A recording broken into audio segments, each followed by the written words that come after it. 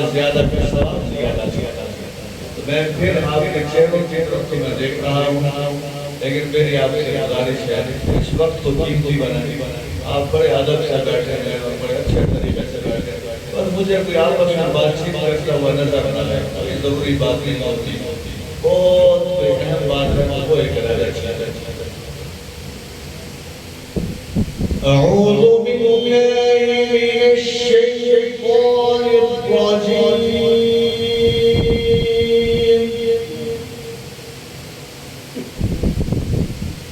بسم اللہ الرحمن الرحیم۔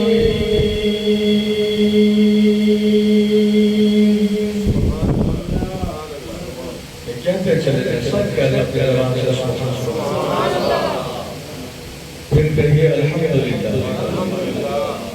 اب بظاہر آپ سوچ رہے ہیں دو کلمات نہیں ہیں، سبحان اللہ اور الحمدللہ۔ نبی اکرم صلی اللہ علیہ وسلم نے فرمایا یہ دو کلمات جو کہتا ہے زمین سے لے کر آسمان تک جتنی فضا ہے وہ اس کے لیے نیکیوں سے بھر دی جاتی ہے۔ تو پھر اپنی زبانوں کو خاموش نہ رکھیے، کہتے چلے جائیں سبحان اللہ اور پھر کہیے الحمدللہ۔ میں تو تلاوت کر رہا تھا، وہ کرتا ہوں تلاوت، ایک دعا میرے سامنے پڑھیں، مجھے نہیں پتا کہ آپ میں سے کتنے مرد اور عورتیں ایسی ہیں جو صبح ہوتی ہے تو آپ یہ دعا پڑھتے ہیں، کہ شام ہوتی ہے تو آپ یہ دعا پڑھتے ہیں۔ اچھا گمان کرتا ہوں آپ پڑھتے ہوں گے، نہیں پڑھتے تو ذرا دعا سن لیجیے اور پھر اس کا فائدہ بھی آپ کو بتاتا۔ دعا کے الفاظ یہ ہیں جو ہر صبح اور ہر شام یہ دعا پڑھے، اللہم ما اصبح بی من نعمت او بأحد من خلقك فمنك وحدك لا شریک لك فلك الحمد ولك الشکر۔ مجھے یقین یعنی ہے میری تھکاوٹ جتنے بھی وہ دور ہو چکی ہے آپ کے جذبات کو دیکھ کر۔ مجھے اگر آپ اجازت دیں تو میرے لیے یہ بڑا پسندیدہ کام ہے کہ میں چاہے 2 گھنٹے بھی میرسی میں رہوں، یہ دعا سارے لوگوں کو یاد کروا کے یہاں سے مکان کا سفر واپسی کا اختیار کروں، یہ میرے لیے بہت خوشی کی بات کی۔ لیکن میں صرف دعا ترجمہ آپ کو بتا رہا ہوں، اس نیت سے یاد انشاءاللہ اسے یاد کر لیں گے۔ اللہم ما اصبح بی من نعمت، صبح کے وقت پڑھے یا اللہ جتنی نعمتیں میرے پاس ہیں، او بأحد من خلقک، یا آپ کی جتنی مخلوق زمین پر ہے کسی کے پاس جو بھی نعمت ہے، فمنک وحدک، وہ نعمت آپ کی طرف سے ہے، لا شریک لک، آپ کا کوئی شریک نہیں ہے، فلک الحمد، تعریف بھی آپ ہی کی ہے، ولک الشکر، شکر بھی آپ ہی کا ہے۔ اب ذرا سنیے، 1 منٹ بھی نہیں لگتا، میں صبح اٹھتا ہوں الحمدللہ سب سے پہلے میرے ہونٹوں پر یہی دعا ہوتی ہے، شام ہوتی ہے تو یہی دعا میرے ہونٹوں پر ہوتی ہے۔ شام میں ایک لفظ تبدیل کرنا پڑتا ہے، اللہم ما امسا بی من نعمت، اللہ شام کے وقت جو نعمتیں میرے پاس ہیں، او بأحد من خلقک، یا آپ کی مخلوق میں سے کسی کے پاس بھی جب نعمتیں ہیں، فمنک وحدک لا شریک لک فلک الحمد ولک الشکر، وہ نعمتیں آپ کی طرف سے ہیں، تعریف بھی آپ کے لیے، شکر بھی آپ کے لیے۔ میری طرف چہرہ کیجئے گا اور خوشخبری سن لیجئے۔ نبی اکرم صلی اللہ علیہ وسلم نے فرمایا جس نے ہر صبح اور ہر شام یہ دعا پڑھ لی، اللہ تبارک و تعالیٰ فرماتے ہیں گویا نبی اکرم صلی اللہ علیہ وسلم کا بھی یہ فرمان ہے، گویا اس نے اللہ کی نعمتوں کا اس دن کا اور اس رات کا شکر ادا کرتا ہے۔ تو بڑی دعا ہے، تو بڑا جملہ ہے، بلکہ میں اپنی بہنوں سے کہوں گا جتنی بہنیں تشریف لائیں تو گھنٹے گھنٹے بچوں کے ساتھ باتیں ہوتی ہیں، ذرا سوچیں اس مہینے میں نے اپنی اولاد کو کتنی دعائیں یاد کروائی ہیں، اس سال بطور بیوی کے میں نے اپنے شوہر کو کتنی دعاؤں کی طرف راغب کیا ہے۔ ساس اور بہو جو اکٹھے رہتے ہیں ایک گھر میں، وہ دونوں سوچیں کہ ہم دونوں نے ایک کے لیے کتنی دعاؤں کا اہتمام کیا، والد و اولاد ساری چیزیں ہیں. وہ شخص عجیب شخص ہے جسے نبی اکرم صلی اللہ علیہ وسلم کا جو تحفہ ہے دعاؤں کی شکل میں، جسے دعائیں یاد کرنے کا کوئی شوق نہیں. دعا ذریعہ ہے ہمارا اللہ تبارک و تعالیٰ کے ساتھ تعلق قائم کرنے کا. اور پھر یہ جو الفاظ ہیں، میں پچھلے دنوں لودھرا میں درس قرآن دے رہا تھا، وہاں بعض یونیورسٹی کے عربی کے پروفیسر بھی موجود تھے، تو میں نے انہیں کی موجودگی میں یہ بات کی تھی. یہاں بھی میں یہ بات کرتا ہوں، دنیا کے جتنے عربی کے ماہر پروفیسر ہیں دنیا کی جتنی یونیورسٹیز میں، اور آپ کے میلسی میں جتنے بڑے بڑے مدارس ہیں، صرف میلسی میں نہیں، پوری دنیا میں جتنے بڑے بڑے مدارس ہیں، ان کے جو بڑے بڑے علماء ہیں، ان سارے علماء کو اکٹھا کیجیے اور ادھر سے یونیورسٹیز کے عربی کے پی ایچ ڈی پروفیسرز کو اکٹھا کیجیے. اللہ کی قسم جس کے قبضے میں ہم سب کی جان ہے، جو عربی دعائیں نبی اکرم صلی اللہ علیہ وسلم اپنی زبان اطہر سے ہمیں دے کر گئے ہیں، وہ یہ دعا تخلیق کر ہی نہیں سکتے، وہ یہ الفاظ تخلیق کر ہی نہیں سکتے. تو کیا خیال ہے آپ سے دعائیں یاد کریں گے انشاءاللہ؟ اب پھر تلاوت کی طرف آ جائے. ہم یہاں جو حاضر ہوتے ہیں اپنے قصے کہانیاں سنانے نہیں آتے. آپ کو یا قرآن سنانے کے لیے آتے ہیں یا حدیث سنانے کے لیے آتے ہیں. حدیث سن لیجیے تلاوت سے پہلے نبی اکرم صلی اللہ علیہ وسلم سے فرمایا، جو قرآن مجید کی تلاوت کی طرف اپنے کان لگاتا ہے، جو سے مراد ہے چاہے وہ مرد ہے یا عورت ہے، اللہ تبارک و تعالیٰ فرشتوں سے فرماتے ہیں، فرشتوں توجہ سے قرآن سننے والے کے لیے ایسی نیکی لکھو جس کی کوئی انتہا نہ ہو. تو کیا خیال ہے ہم سارے وہی نہ بن جائیں انشاءاللہ؟ ایسے ہی توجہ سے سنیں گے انشاءاللہ. تو سنیے، اعوذ باللہ من الشیطان الرجیم، بسم اللہ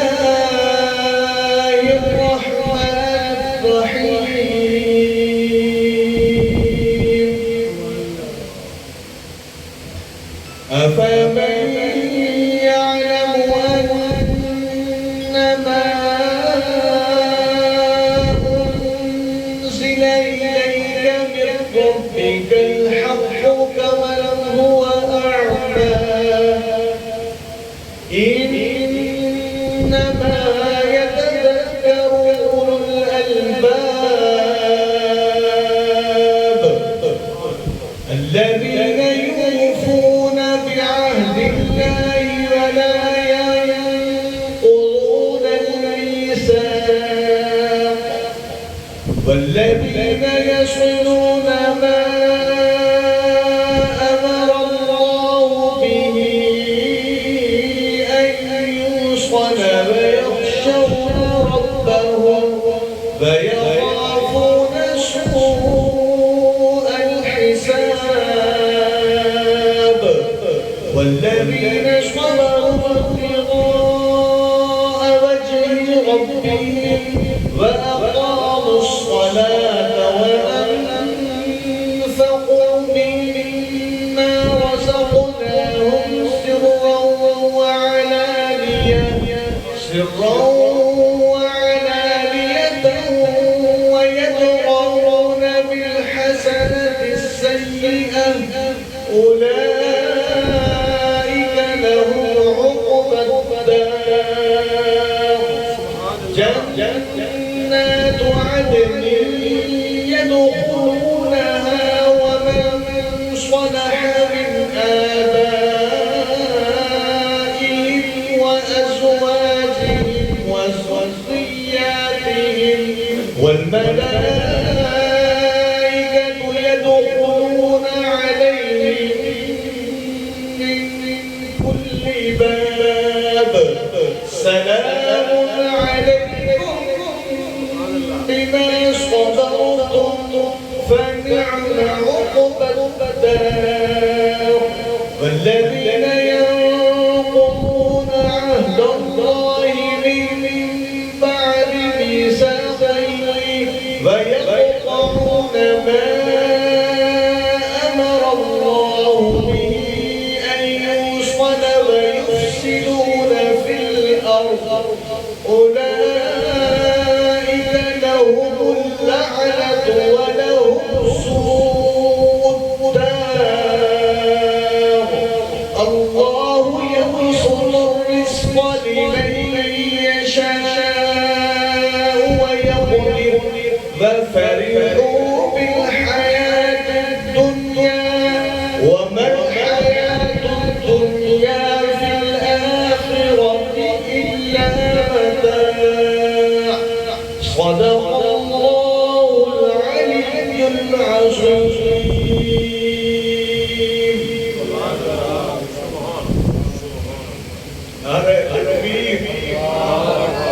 بلند آواز سے ادب کے ساتھ نعرہ تکبیر، کلام جتنا بڑا ہے جس کا کلام ہے وہ خود نعرہ تکبیر، رہبرو رہنما رہبرو رہنما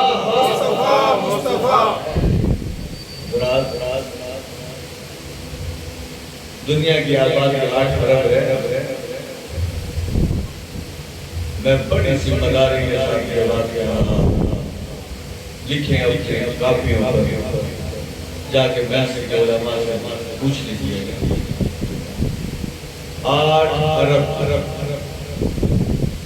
انسانوں میں سے کس کے لیے جنت ہے اور کس کے لیے جہنم ہے، یہ جو میں نے 8 آیات پڑھی ہیں سارا فیصلہ ہوتا ہے۔ کاش ہم قرآن کو سمجھتے، ابھی آپ کو اندازہ ہو جائے گا، اپنا بھی ابھی اندازہ ہو جائے گا، میرا بھی اندازہ ہو جائے گا، میں اپنے آپ کو خوب جانتا ہوں، اللہ تبارک و تعالیٰ پر مجھے خوب جانتے ہیں، آپ مجھے کیا جانتے ہیں کہ میں کیا اصل حساب کتاب تو اللہ تبارک و تعالیٰ نے دینا ہے۔ سن لیجئے، ابھی ہم سب مردوں اور عورتوں کو اندازہ ہو جائے گا کہ ہم اللہ تبارک و تعالیٰ کی نظر میں ہماری کیا حقت ہے اور کیا حیثیت ہے۔ اب میں ایک ترجمہ کروں گا اور جو 3 موضوعات میں نے پہلے ہی بتا دیے۔ نمبر 1، حاجی صاحب نے اپنے والد صاحب کے حوالے سے پروگرام یہاں منعقد کیا، تو ایک باپ اور کیسی اولاد معاشرے میں چھوڑنی چاہیے، آگے آ جائے اس جگہ کو گئے نہیں ہے کہ خالی چھوڑ دیا، آگے تشریف میں نے تو نہیں کہا کہ کیمپ پیدا کرنا، آگے تشریف لائیں، سنت پر عمل کریں، صحابہ کی سنت ہے یہ، مل جل کر بیٹھنا، آگے تشریف لائیں۔ بلکہ ایک حدیث میں تو یہاں تک آتا ہے کہ جو دوسرے مسلمان بھائی کے لیے خوشحالی پیدا کرتا ہے اللہ اس کے لیے خوشحالی پیدا کرتا ہے، تو آپ اس سے بڑھ کر کیا بات کر سکتے ہیں۔ اللہ آپ سب کو خوش رکھے، ماشاءاللہ، بہت بہت سمجھدار اور تابعدار کے لوگ ہیں۔ سنیے، میں عرض کر رہا تھا ایک والد کو کس قسم کی اولاد تیار کرنا چاہیے۔ نمبر 2، کسی بھی جماعت کے بانی کو خود کیسا ہونا چاہیے اور کیسے ارکان تیار کرنا چاہیے۔ نمبر 3، خود نبی اکرم صلی اللہ علیہ وسلم نے کس قسم کے لوگ تیار کیے تھے۔ حضرات، سب سے پہلے حضور اکرم صلی اللہ علیہ وسلم جسے آغاز کرتے ہیں، ایک کرسچن رائٹر ہے، اس کا نام ہے مائیکل ہارٹ، اس نے کتاب لکھی ہے، کمال کتاب لکھی ہے اس نے۔ پہلے انگریزی میں ہوتی تھی، وہ لوگ اتنا مطالعہ نہیں کر سکتے تھے، اردو ترجمہ بھی اب ہو چکا ہے اس کتاب کا۔ آپ جانتے ہیں جب کتابیں لکھی جاتی ہیں اور پھر ان کی تقریب رونمائی ہوتی ہے۔ لندن میں برطانیہ کا جو شہر ہے وہاں اس کتاب کی تقریب رونمائی تھی، کرسچن لوگ بھی موجود تھے، مسلمان بھی موجود تھے۔ کتاب کا عنوان یہ ہے، حضرت آدم علیہ السلام سے لے کر جو پچھلی صدی گزری ہے اس صدی تک، اب کتنے لوگ آئے ہو گئے، ذرا سوچیں، حضرت آدم علیہ السلام سے لے کر پچھلی صدی تک کتنے لوگ ان سے ہی ختم ہو جائے، کیا پتا کتنے لوگ ہیں۔ اس نے صرف 100 افراد کا انتخاب کیا کہ میں نے اس کتاب میں 100 افراد کا تذکرہ کرنا ہے جنہوں نے لوگوں کو فائدہ پہنچایا، انسانیت کو فائدہ پہنچایا۔ کتنے لوگوں کا تذکرہ کرنا ہے؟ اور میں پہلے بتا چکا کہ وہ کرسچن کا عیسائی تھا۔ اب جب وہ مجلس شروع ہوئی، اسے آپ مجلس کہیں، پروگرام کہیں،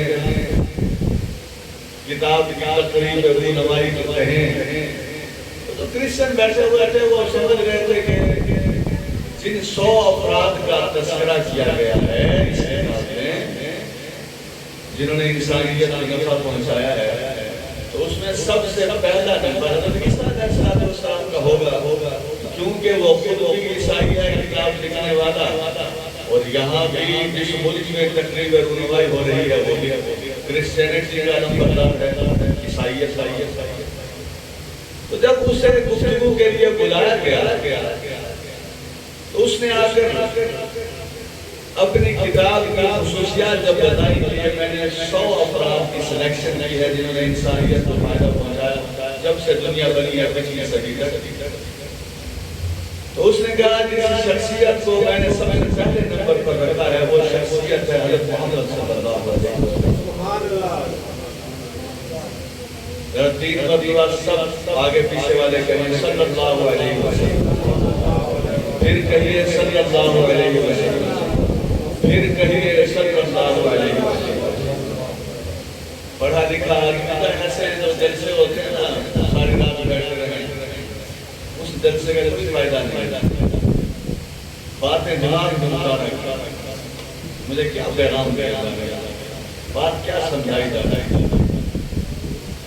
اب وہاں بھگڑ بچ گئی، جب یہ اعلان ہوا وہ اس لیے بچی شور شرابہ ہوا، بھئی ہم تو یہ سمجھ رہے ہیں کہ حضرت عیسیٰ علیہ السلام ہو گئے، یہ تو حضرت محمد صلی اللہ علیہ وسلم مسلمانوں کے نبی ہیں۔ اس نے کوئی پرواہ نہیں کی اس شور شرابے کی، اس نے دوسری بات کی، کاش وہ مجھے اور آپ سب کو سمجھ آ جائے، کاش۔ اور یہ جتنے دینی مدارس کے اگر کوئی طالب علم بیٹھے ہیں یا قرآن کے حافظ بیٹھے ہیں یا عالم بیٹھے ہیں، خدا کا نام ہے انہیں تو سمجھ آ رہے ہیں۔ اس نے کہا تھا خاموش ہو جاؤ، مجھے وضاحت کرنے دو کہ میں نے کیوں پہلے نمبر انہیں دیا ہے۔ جب سے دنیا بنی ہے 20 صدی تک کوئی ایک شخص ایسا نہیں ہے جس نے انسانی زندگی کے سارے شعبوں کو، چاہے وہ دین سے تعلق رکھتے ہو چاہے دنیا سے تعلق رکھتے ہو، سارے شعبوں کو جس نے سنوار دیا اور نکھار دیا ہو، وہ ایک ہی شخصیت ہے، وہ ہے حضرت محمد صلی اللہ علیہ وسلم۔ اب میں آپ سے سوال کرتا ہوں، دنیا کے عقائد بگڑ چکے تھے، کس نے سنوارے؟ جواب دیتے جائیے، اپنی زبانوں کو ذرا حرکت دینا۔ عبادات بگڑ چکی تھی، کس نے سنوارے؟ میرے بھائیوں، معیشت بگڑ چکی تھی، کس نے سنبھالی؟ معاشرت ختم ہو چکی تھی، کس نے بہتر کیا؟ عدالت نام کی کوئی چیز نہیں تھی، کس نے عدل و انصاف کا نام بلند کیا؟ تو میں تو اس وضاحت کو جتنا کرتا چلا جاؤں، یتیموں، مسکینوں، ہمسایوں کے حقوق کس نے وضع کیے؟ حضرت محمد صلی اللہ علیہ وسلم۔ ان آنکھوں کو پاکیزہ کس نے بنایا؟ بولتے چلے جائیں۔ ان کانوں کو پاکیزہ کس نے بنایا؟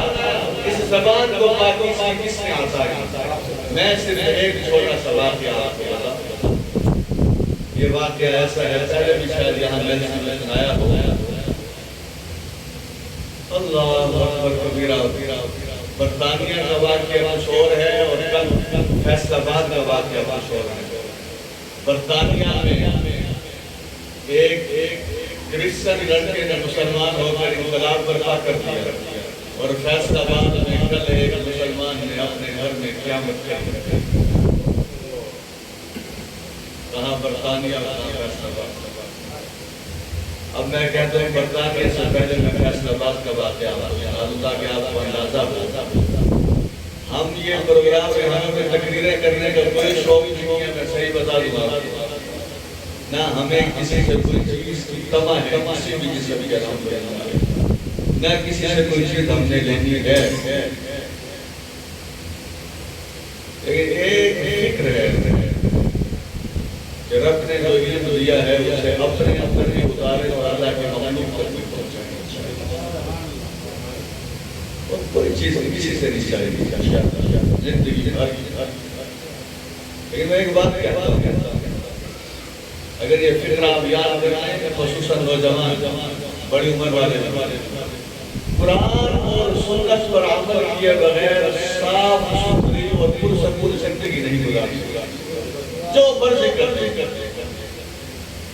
جس مرضی جماعت کے جھنڈے اٹھائے جو مرضی کرتے. فیصل آباد کا واقعہ کیا ہے ذرا سنیے. کاش اس نے سیرت پڑھی ہوتی اس نوجوان نے تو ساتھ میں قرآن پڑھا ہوتا, علماء کی مجلس میں بیٹھا ہوتا. بیوی ناراض ہو کر لے کے آ گئی, خود بیوی سے بات چیت کرنے کے لیے سسرال آیا تاکہ پڑھ لیجیے گا, خبریں سن لیجیے گا, اخبارات میں پڑھ لیں. بات چیت شروع ہوئی, ظاہر ہے غصہ ہوتا ہے, جھگڑے ہوتے ہیں, آنن فانن جانتے ہیں. نزلہ کس پر گرا, نزلہ گرنا بھی چھوٹا لفظ ہے. دو بیٹیاں تھیں, 6 سال کی اور 8 سال کی, دونوں مقدم کر دیا.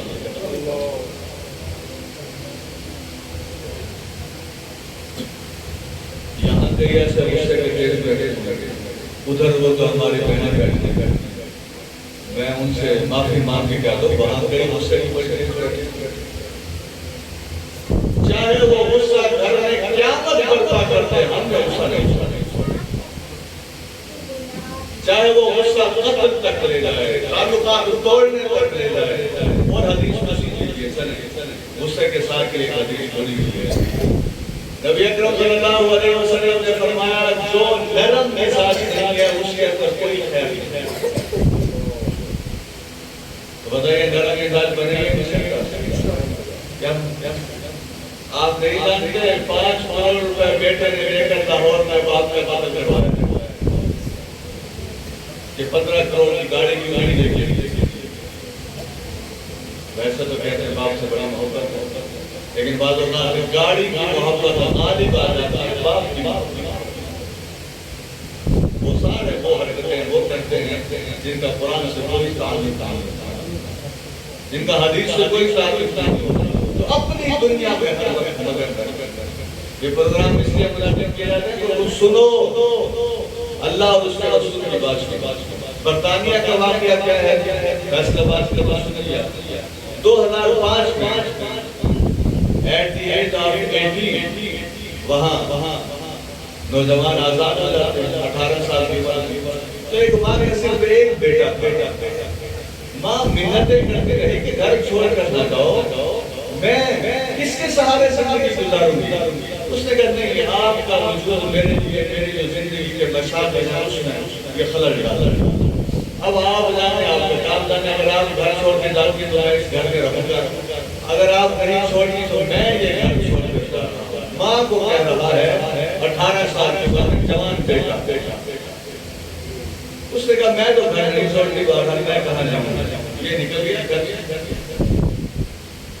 اگلے علاقے میں گیا, مسلمان نوجوانوں کے ساتھ دوستی ہوئی. کرکٹ کا کھلاڑی تھا, وہ بھی کرکٹ کھیلا کرتے تھے.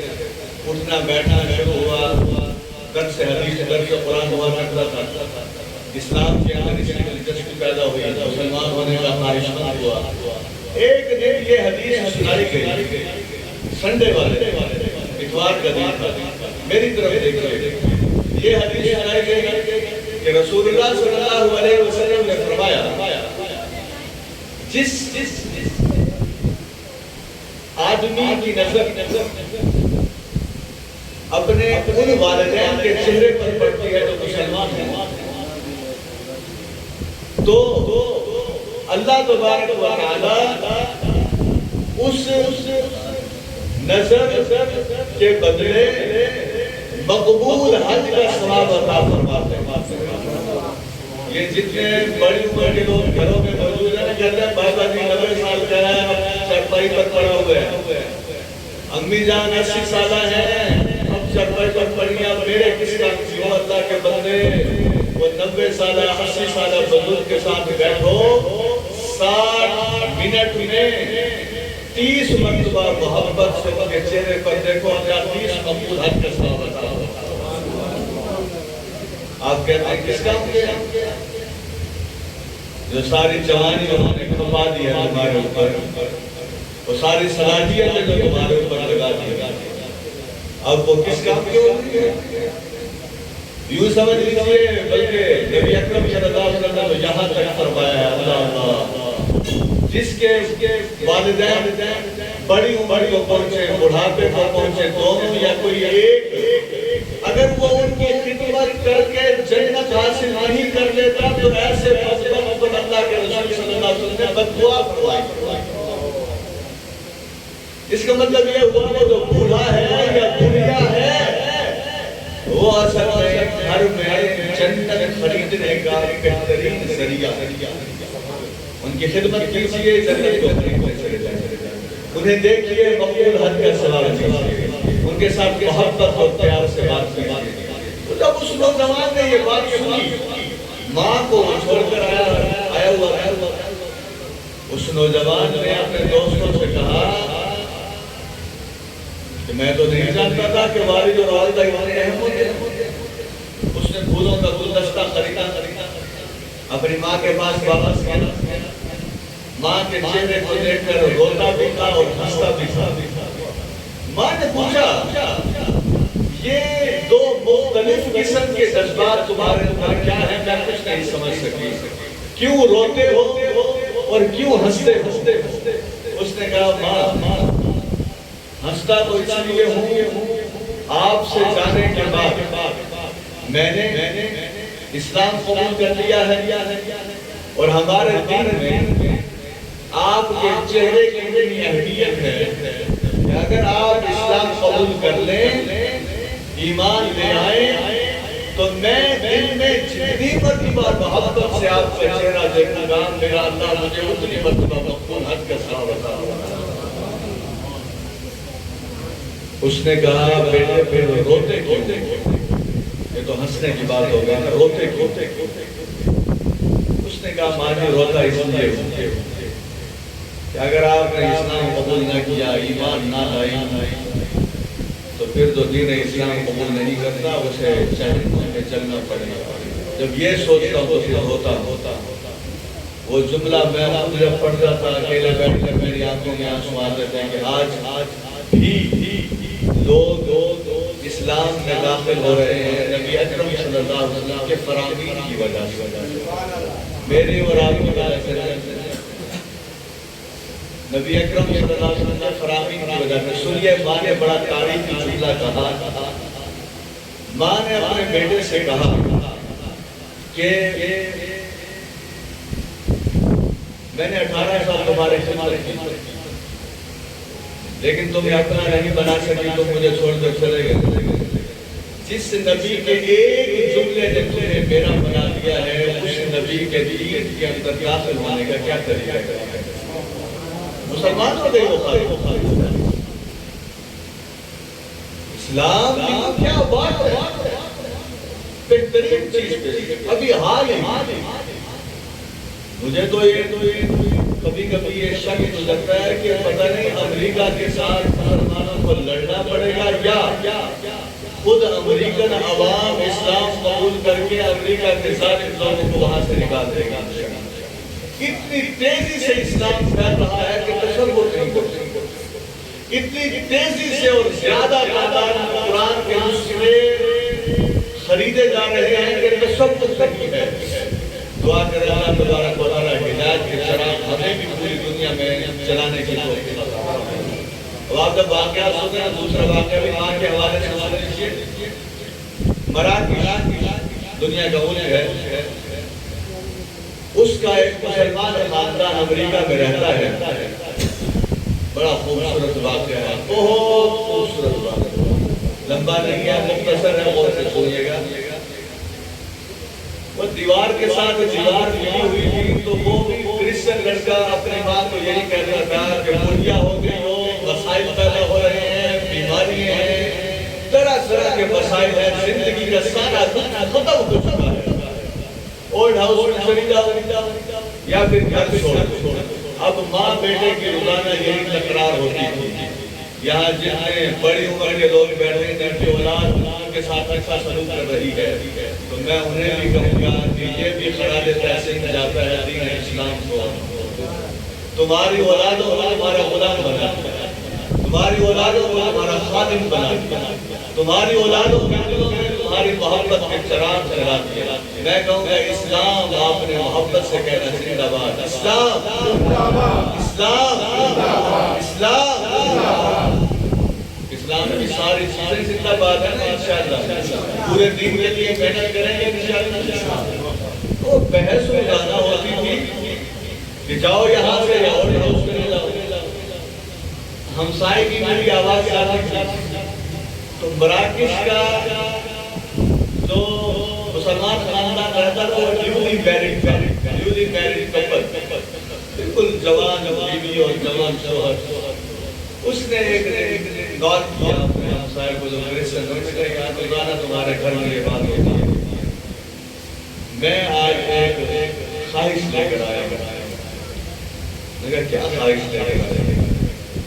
میں نے کہا تمہاری ماں میری ماں, ہمسایہ تو ہے, ہمسائے کی تعلق ہے, اپنی والدہ کو میرے گھر میں تو بجائے وہ جاؤ.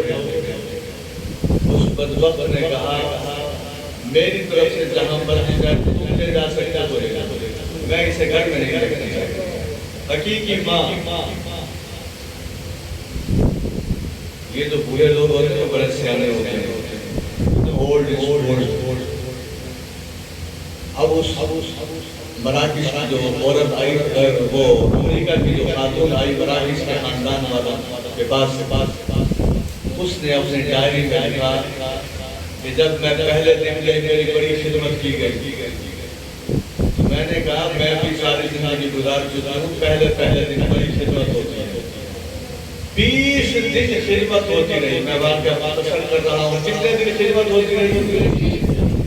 20 دن کے بعد دنیا نے جب دیکھا کہ خدمت میں کمی نہیں آ رہی تو اس نے اس مراکش نوجوان بلایا. اس نے کہا دیکھو نوجوان, نہ تمہارا اور میرا بس ہم یکسانیت کا تعلق ہے. تم اسلام والے ہو, میں کرسچینٹی عیسائیت والے, نصرانیت والے. نمبر 2, نہ تمہارا اور میرا کوئی رشتہ. نمبر 3, نہ تمہارا اور میرا زبان کا رشتہ. نمبر 4, نہ تمہارا اور میرا علاقے کا رشتہ. تم مراکش ہو, میں امریکہ کی. یہ کیا ہے جو تمہیں کھینچ کر میری خدمت پر مجبور کرتا ہے اور تم مجھے میرے بیٹے کے گھر سے اپنے گھر میں لائے ہو؟ اللہ کرے ظاہر صاحب جو آپ نے نوجوانوں کی تنظیم بنائی ہوئی ہے انہیں یہی واقعات سنیں. اللہ کرے ویسی میں سارے نوجوان ایسے بن جائیں. مراکش کے اس نوجوان نے کہا, نے کہا اما جان آپ نے ساری وہ چیزیں بتائی ہیں کہ میں مراکش کا, آپ امریکہ کی, آپ کی لینگویج اور میری لینگویج اور, آپ کی فیملی اور میری فیملی اور, کلر بھی ہمارا سیم نہیں ہے, ریلیجن بھی سیم نہیں ہے. میں ان چیزوں کو نہیں دیکھ رہا. ہمارے نبی حضرت محمد صلی اللہ علیہ وسلم نے ہمیں بڑے لوگوں کی عزت اور خدمت کرنے کے لیے کہا. نتیجہ کیا نکلا سن لیجیے. اس نے کہا پھر تو میں ایسے عظیم شخص کے دین کے قبول کیے بغیر نہیں رہتا. اب مجھے بتائیے وہاں بھی اس عورت کے لیے اسلام کا دروازہ کھلا ہے مراکش نوجوان کے اچھے اخلاق کی وجہ سے اور نبی اکرم صلی اللہ علیہ وسلم کے فرمان پر. کیا ایسا کریں گے؟ ہم سب ایسا کریں گے انشاءاللہ. حضرات اب والد کے حوالے سے میں سن لیجیے. حاجی صاحب کے والد کے حوالے سے پروگرام آج پہلے آپ کو ایم ٹی کیٹ کا ایک واقعہ چھوٹا سا بتا دو. آج کی ٹیسٹ جب انسان کئی اسٹوڈنٹس کو دیکھتے ہیں جو پیپر حل کر رہے ہوتے ہیں پتہ لگ جاتا ہے کہ کس کا پیپر ٹھیک ہو رہا ہے کس کا غلط ہو رہا ہے. ایک لڑکا پیپر کر رہا تھا آج ہی کی بات میں. میں سمجھ گیا کہ اس کی تیاری بھی اچھی ہے اور یہ پیپر بھی اچھا کر رہا ہے. میرا دل خوش کر دیا اس لڑکے نے. حالانکہ اس لڑکے نے نیشنل پیسے دوسرے نہیں ہے لیکن میں اس لڑکے کے پاس گیا. میں نے کہا بیٹے آپ ایف ایس سی میں کتنے مارکس ہیں؟ 1100 دوسرے میں نے کہا جو پیپر آپ کر رہے ہیں میں دیکھ رہا ہوں کہ آپ بہت اچھا پیپر کر رہے ہیں. جانتے ہو اس نے کیا کرا؟ یہ ہوتی ہے تربیت. جس خاندان کا ہوگا اللہ اسے توفیق دے اور زیادہ کرے. اس نے مجھے کہا کیسا آپ کہہ رہے ہیں کہ میں بہت اچھا پیپر کر رہا ہوں تو پھر یہ سن لیجیے الحمدللہ. وہ سارا کریڈٹ مل جاتا ہے. بولیے تو صحیح. تمام تعریفیں کس کے لیے ہے؟ ایک 30 پر جب پیپر ختم ہوا تو میں نے اس سے پوچھا, میں نے کہا آپ کو کیا توقع ہے؟ اس نے کہا کہ انشاءاللہ more than 180. اذان سنیں. السلام علیکم یا سیدی یا رسول اللہ. السلام علیکم یا سیدی یا حبیب اللہ. السلام علیکم یا سیدی یا نبی اللہ. السلام علیکم یا سیدی یا خاتم النبیین. السلام علیکم یا سیدی یا رحمۃ للعالمین. السلام علیکم یا سیدی یا محمد رسول اللہ صلی اللہ تعالی علیہ وآلہ وسلم.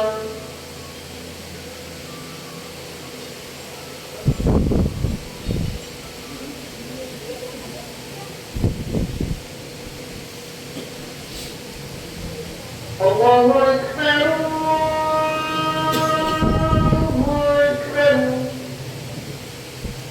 اللہ اکبر اللہ اکبر.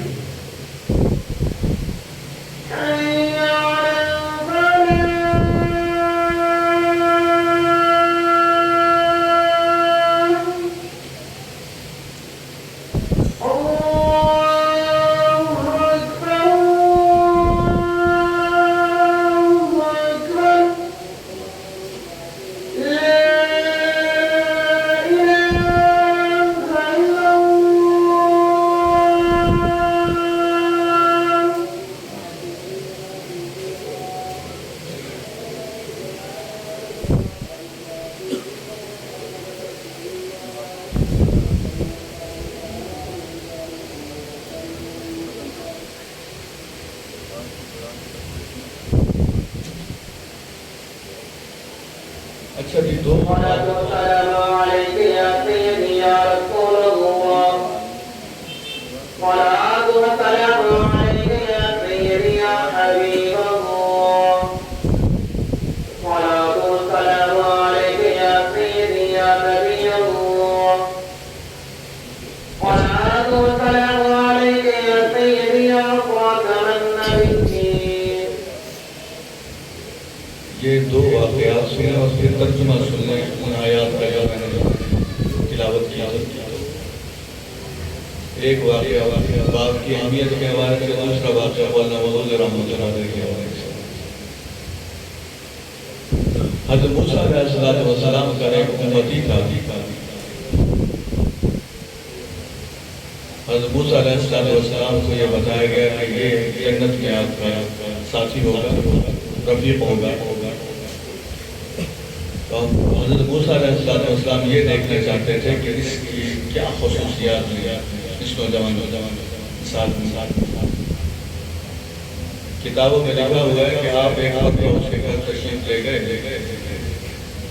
اب میری طرف دیکھیے گا بڑا ہے واقعہ ہے باپ کے ساتھ کیسا رہے کیسے خدمت کر سکتے. اس کے جو والد تھے وہ اتنے ضعیف تھے کمزور تھے کہ وہ چارپائی پر لیٹے ہوئے تھے.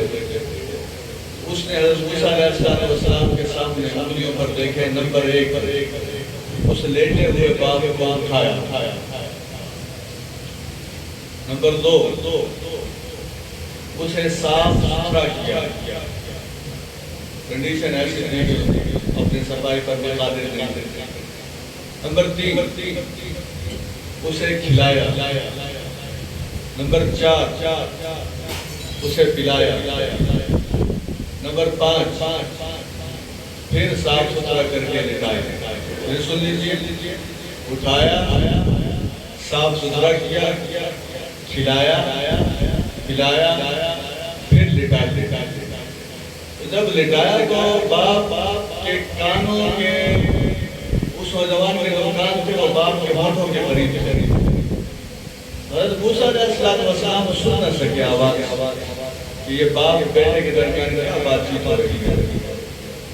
حضرت موسیٰ علیہ السلام نے اس نوجوان سے کہا تمہاری خدمت گزاری تو ساری میں نے دیکھ لی ہے لیکن یہ کیا ہے جو تم اپنے کان اپنے باپ کی زبان کے قریب لے گئے تھے ہونٹوں کے قریب لے گئے تھے.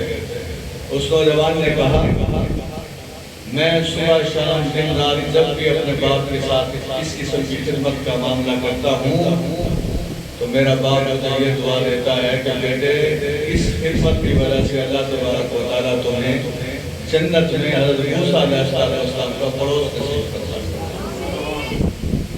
دیکھ لیجیے باپ کی دعا کتنی اہمیت ہے.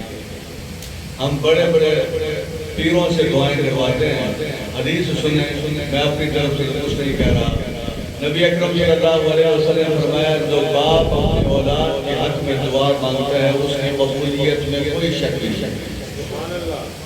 اپنے باپ کو کہا کرے نا میرے لیے تجارت کے حوالے سے دعا کی, میرے کاروبار کے حوالے سے دعا کی, میری دکان کے حوالے سے دعا کی, میرے بیٹے بیٹیوں کے رشتوں کے حوالے سے دعا کی. باپ کی زندگی بھی ایسی ہو کہ اسے دعا کرتے ہوئے اللہ سے حیا نہ آئے. باپ بھی نیک ہو متقی ہو پرہیزگار ہو اور شریف ہو تاکہ اس کی دعا بارگاہ خداوندی قبول ہو جائے. مولانا مودودی رحمۃ اللہ علیہ جماعت اسلامی کے بانی ہیں.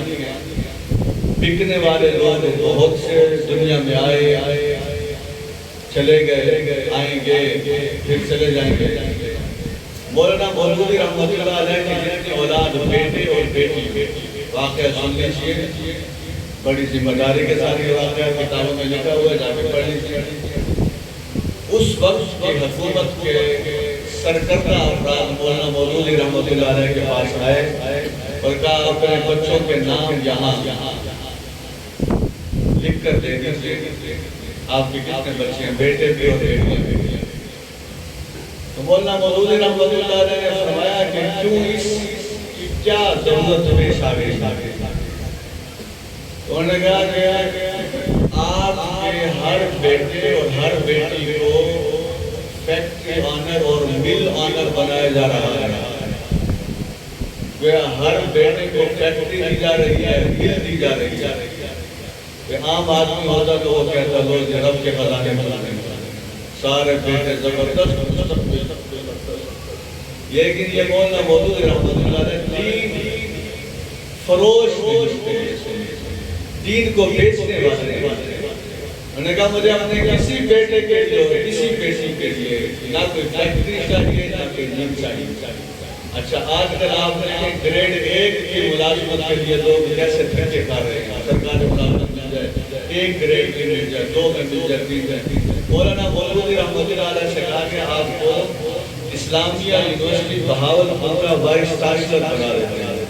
تو مولانا مودودی رحمۃ اللہ نے فرمایا مجھے بہاولپور یونیورسٹی کے وائس چانسلر بننے کا کوئی شوق نہیں ہے. اب آپ سوچ رہے ہو کہ کیوں ایسی پیشکشیاں کرتے تھے. وجہ اس کی یہ تھی کہ ہمارے کہنے پر وائس چانسلر بن جائیے اور اپنی اولاد کو فیکٹری اور مل کا مالک بنا دیجئے، پھر دین کی خالص دعوت ختم ہو جائے گی، پھر جو ہم کہیں گے وہی ہوگا۔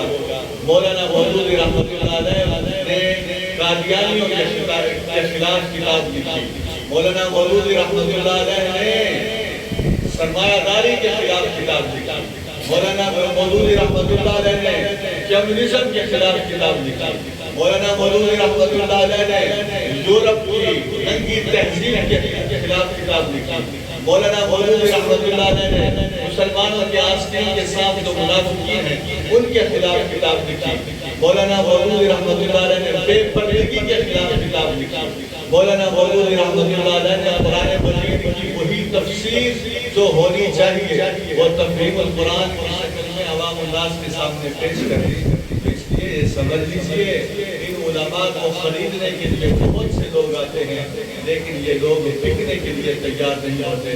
تو بتائیے کیا ہم سب انشاءاللہ دین کی حفاظت کریں گے انشاءاللہ؟ یقین جانے افسوس ہوتا ہے، بہت افسوس ہوتا ہے۔ جھوٹی قسم کھانے کے لیے لوگ تیار ہو جاتے ہیں، چوری 50,000 کی ہے، بتاتے 5 لاکھ کی، اور سیرت کے جلسے بھی سنتے ہیں زبردست طریقے سے۔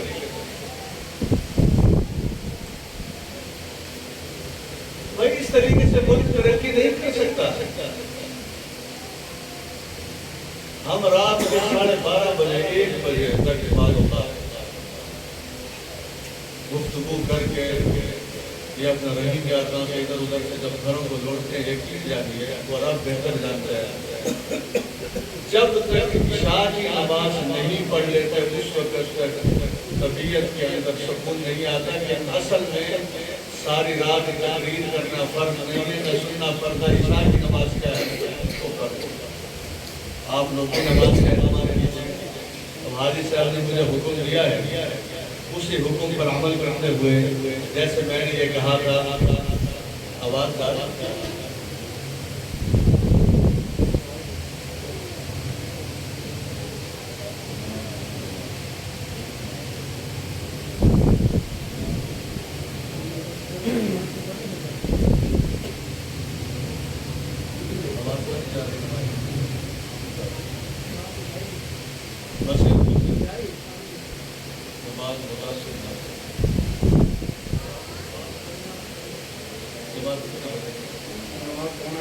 نماز پڑھنے جتنے نماز پڑھ کے آ جائیں اللہ کے دین کی باتیں کچھ قربانے کے لیا کریں، کچھ نہیں ہوتا، نماز پڑھنے پھر آ جائیں۔ ہاں جی بیان ہوگا، بیان ہی کے تو نہیں گزار دیکھیں اب سیرت سن رہے ہیں، نماز کے بارے میں سوچے نہیں، بس اس پہ پہنچے، بس نماز سوچنے کی چیز نہیں ہے، ادا کرنے کی چیز ہے۔ نماز کے بعد میں چیز جائیں انشاءاللہ 10-15 منٹ کو زیادہ نہیں، اور مجھے اتنا سمجھے کہ میں تو صاحب کی نماز پڑھ چکا ہوں، میں اس لیے نہیں آ رہا، آپ لوگ نماز ادا کرتے ہیں، نماز پڑھ کھڑا ہونا